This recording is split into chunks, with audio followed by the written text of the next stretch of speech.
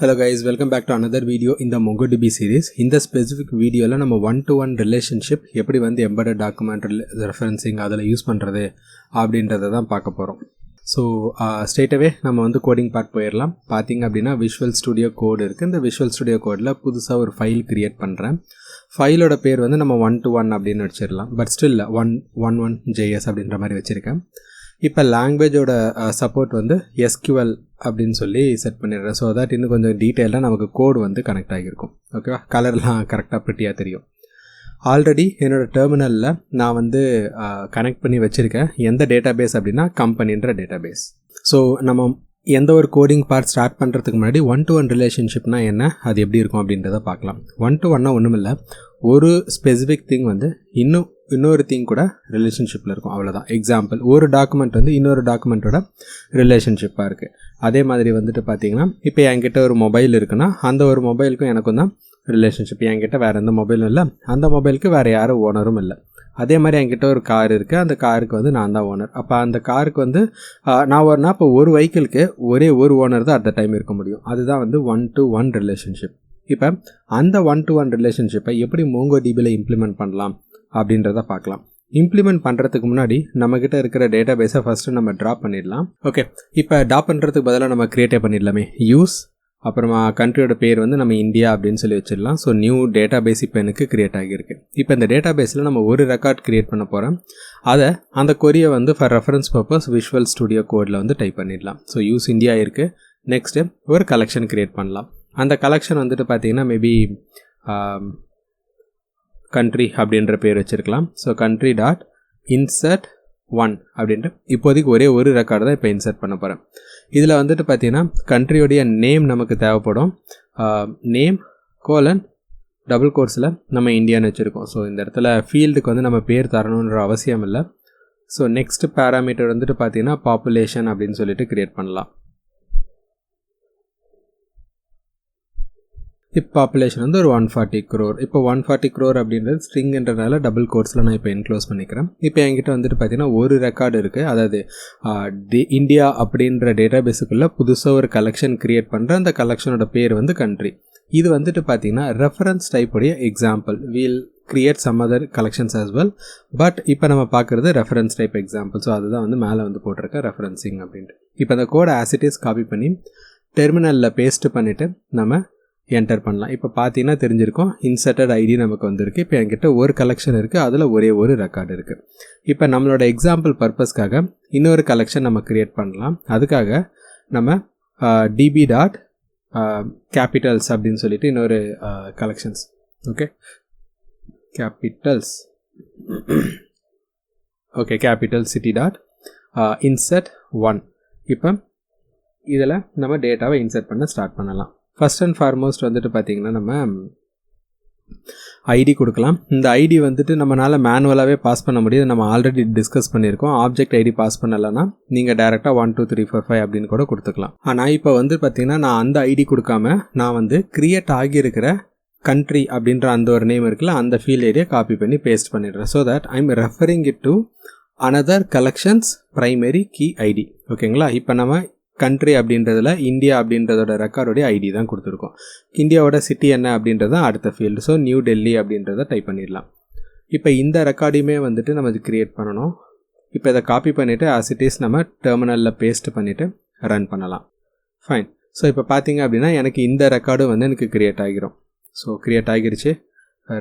So here இங்கே பார்த்தீங்க அப்படின்னா உங்களுக்கு தெரிஞ்சிருக்கும் கேபிட்டல் சிட்டி இருக்குது. இப்போ நம்ம என்ன பண்ணோன்னா கொரி பண்ணி பார்க்கலாம் அந்த கண்ட்ரி கேபிட்டல் அப்படின்ற கலெக்ஷனை. ஃபைண்ட் 1 ஏன்னா இருக்கிறதே ஒரே ஒரு ரெக்கார்டு தான், but still that is fine. இப்போ இந்த ஆப்ஜெக்ட் ஐடி எதை ரெப்ரசன்ட் பண்ணுதுன்னா கண்ட்ரி அப்படின்ட்டு இருக்கிற அந்த ரெக்கார்டில் இருக்கிற ஒரு ஐடி. ஓகேவா, இப்போ நம்ம அதை கொரி பண்ணிவிட்டு அதில் இருக்கிற ரெக்கார்டை ரெப்ரசன்ட் பண்ணி பார்ப்போம். இப்போ இது find 1 spelling mistake. So 1 minute. So இங்கே இந்தியான்னு இருக்குது. இப்போ இந்த இடத்துல பார்த்தீங்கன்னா இந்தியா அப்படின்ற அந்த கண்ட்ரி கலெக்ஷன்ஸில் உங்களால் அந்த ஆப்ஜெக்ட் ஐடி ரெண்டுமே சேமாக தான் இருக்குது. ஏன்னா நம்ம ஆஸ் இட் இஸ் காப்பி பண்ணி பேஸ்ட் பண்ணியிருந்தோம். நேம் வந்து இந்தியான்னு இருக்குது, பாப்புலேஷன் வந்து 140 crore இருக்குது.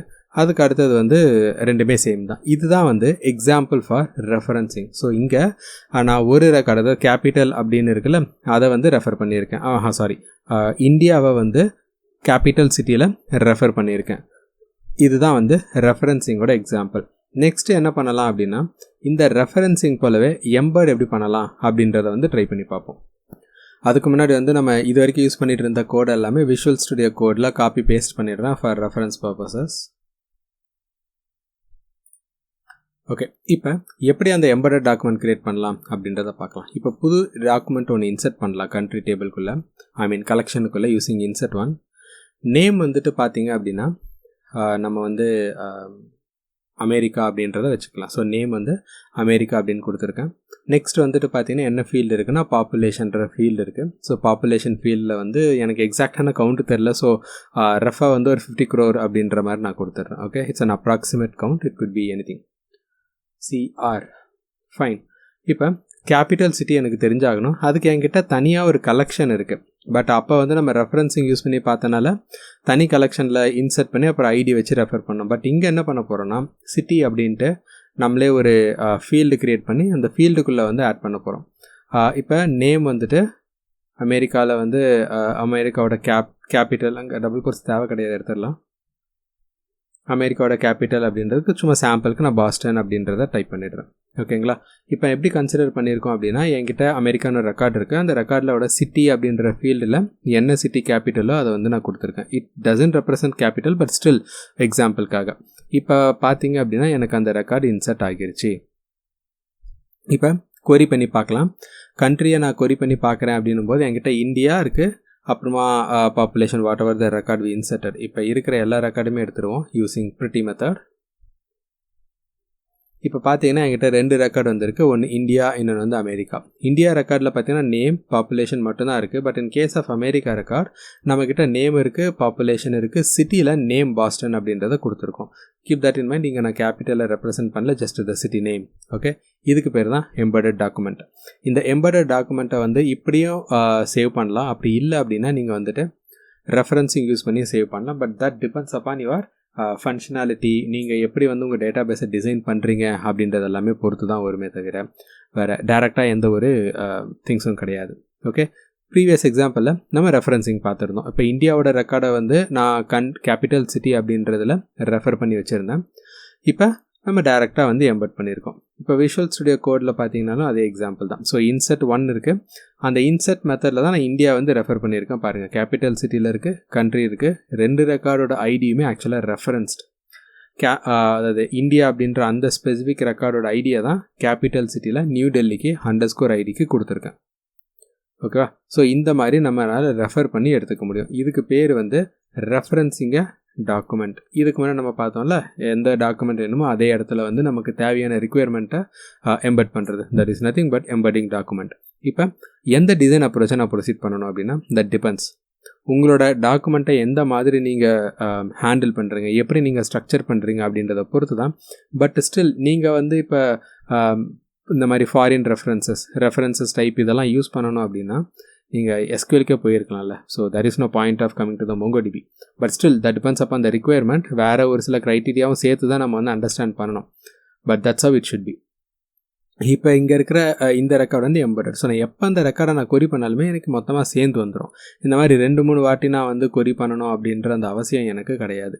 So this is how the reference document. இப்போ இதே எக்ஸாம்பிள் வந்துட்டு, அதாவது கைண்ட் ஆஃப் எக்ஸாம்பிள் வந்துட்டு MongoDBயோட டாக்குமெண்டேஷனில் வந்து கொடுத்துருப்பாங்க. using a Patreon details. இது வந்து பார்த்தீங்கன்னா Patreon டாக்குமெண்ட். இது MongoDBயோட டாக்குமெண்டேஷன்லேருந்து காப்பி பண்ணது. இங்கேயும் பார்த்தீங்கன்னா நான் கொடுத்துருக்கிற மாதிரியே தான் எக்ஸாம்பிள் கொடுத்துருக்காங்க. பட் அட்ரஸ் டாக்குமெண்ட்டில் பார்த்தீங்கன்னா Patreon ID ஜோன்னு சொல்லிட்டு இருக்குது. அதே வந்துட்டு Patreon டாக்குமெண்ட்டில் பார்த்தா _IDயில் ஜோ அப்படின்னு சொல்லி கொடுத்துருக்காங்க. ஸோ எந்த ஃபீல்ட் எந்த மாதிரி வேணும் அப்படின்றத நீங்கள் தான் ரெஃபர் பண்ணணும். டேரெக்டாக _IDயில் நம்ம கொடுக்கும்போது ரெஃபர் பண்ணும்போது நமக்கு அந்த இடத்துல டிஃபிகல்ட்டிஸ் வரும். ஏன்னா எந்த ஐடி எங்கே வருதுன்னு. அதனால தான் அவங்க தெளிவாக Patreon _ID அப்படின்னு ஒரு ஃபீல்டு வச்சு அதுக்கு கொடுத்துருக்காங்க. ஸோ இந்த மாதிரி வந்து நிறைய எக்ஸாம்பிள்ஸ் இருக்குது, நம்ம நிறைய எக்ஸாம்பிள்ஸ் பார்க்கலாம். ஸோ நெக்ஸ்ட் வீடியோவில் மீட் பண்ணலாம். டில் தென் பாய், டேக் கேர்.